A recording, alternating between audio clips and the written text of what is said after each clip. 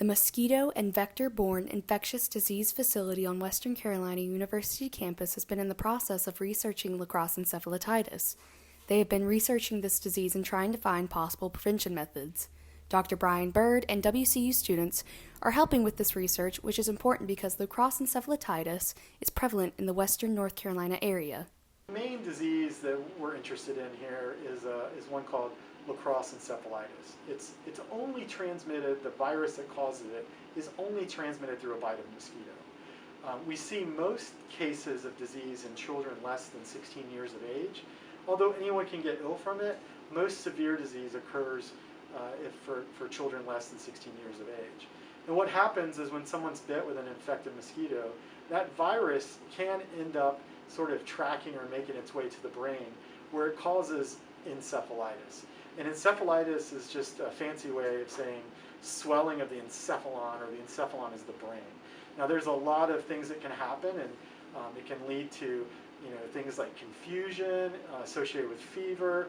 It can lead to partial paralysis. It can lead to coma, seizures, and although very rarely, less than 2% of the cases, it can lead to death. So this is a rare but serious disease that we're focused on here in western North Carolina.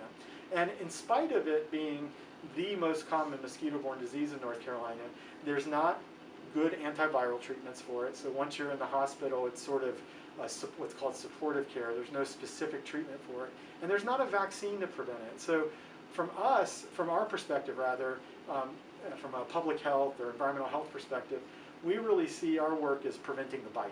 So if you don't get bit by an infected mosquito, you're not going to get that virus. So prevention is really the cure in this sense. So our work is really focused on developing appropriate and good prevention methods and risk assessments in the context of this risk in western North Carolina. Many students who work in the lab research different topics relating to the issue of Crosse encephalitis. The primary focus of this lab is Crosse encephalitis, so I helped with survey throughout the summer, which provides us with information about what mosquitoes are in this area, which tells us what potential vectors they are, or what diseases they carry. And we actually send off those mosquito samples to the CDC for viral testing. Because Aedes japonicus is of a public health concern around here, it's really important to try to understand the role that they play in the environment. Aedes japonicus is an invasive species, so it's only been around for probably 20 years in the area. The native species, Aedes aegypalpus, is not a vector of Crosse encephalitis, so it's it might seem like a smaller part to the overall research of Crosse, but it's really important to understand the role that they play. First thing I was surprised with was how many different species there are. When I was before this class, mosquito was a mosquito. Yeah. But that's not the case, and they're all different. Yeah. This area and what potential diseases we have with those species. And then, like we mentioned, we actually send off our samples to the CDC for viral testing, and they will tell us if they have the virus present or not.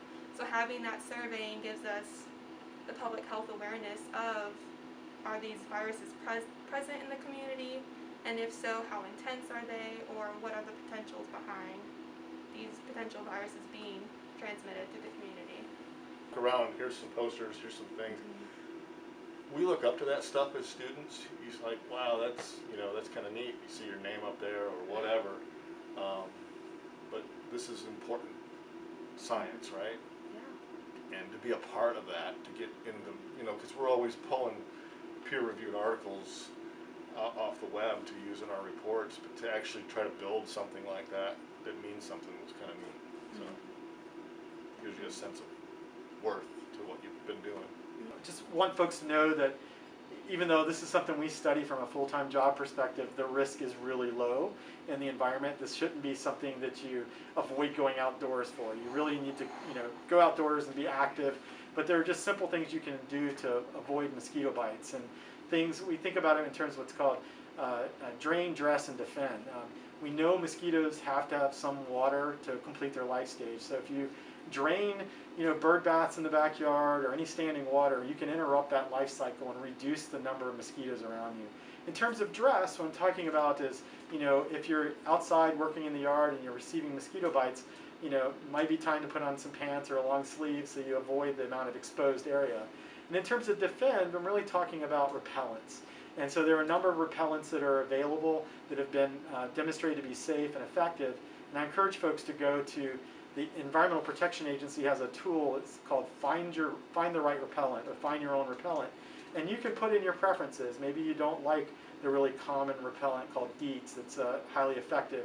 Or maybe you're only going to be outside for 2 hours in your garden and not all day at work. And so you can find and sort of tune in the repellent based on your preferences, but know you're getting one that's been demonstrated to be effective. And I would encourage folks to do that. To learn more, visit the CDC's website regarding La Crosse encephalitis.